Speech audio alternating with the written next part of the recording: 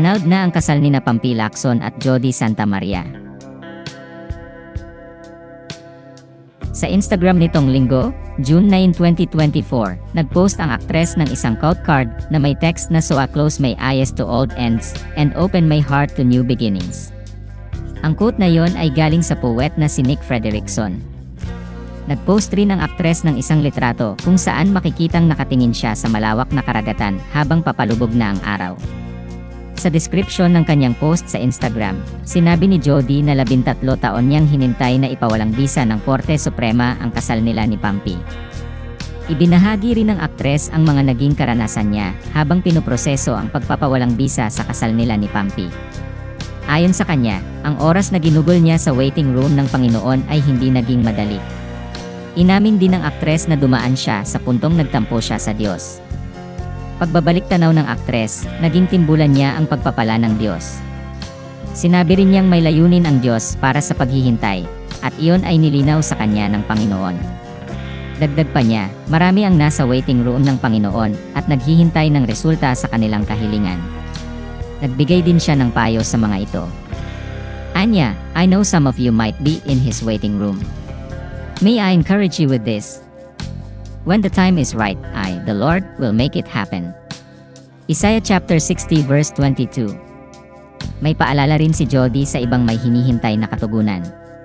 Ayon sa kanya, ang Diyos ay hindi nagmamadali, never too late, at never too early.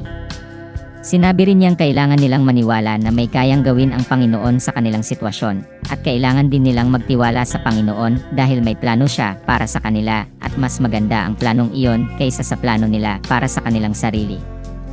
Dagdag pa niya, and when God finally calls you out of the waiting room, don't forget to thank Him and give Him all the glory.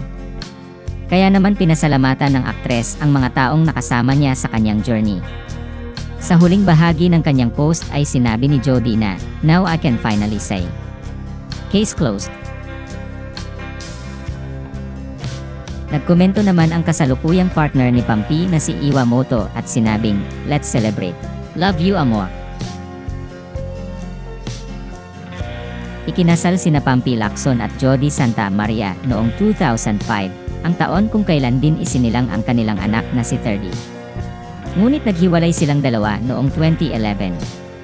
Ayon sa ulat ng pep.ph, taong 2014 nang ideklara ng korte na null and void ang kasal nina Pampi at Jody. Ngunit naglabas ng desisyon ang Court of Appeals noong 2017 na nagsabing walang sapat na ebidensya para ipawalang bisa ang kasal nila. At ngayong taon ay pinal na pinayagan ng korte ang pagpawalang bisa sa kasal nila. Salamat sa panonood ng video na ito. Huwag kalimutang mag-subscribe sa aming YouTube channel. I-like ang video na ito, at i-turn on na rin ang notification bell.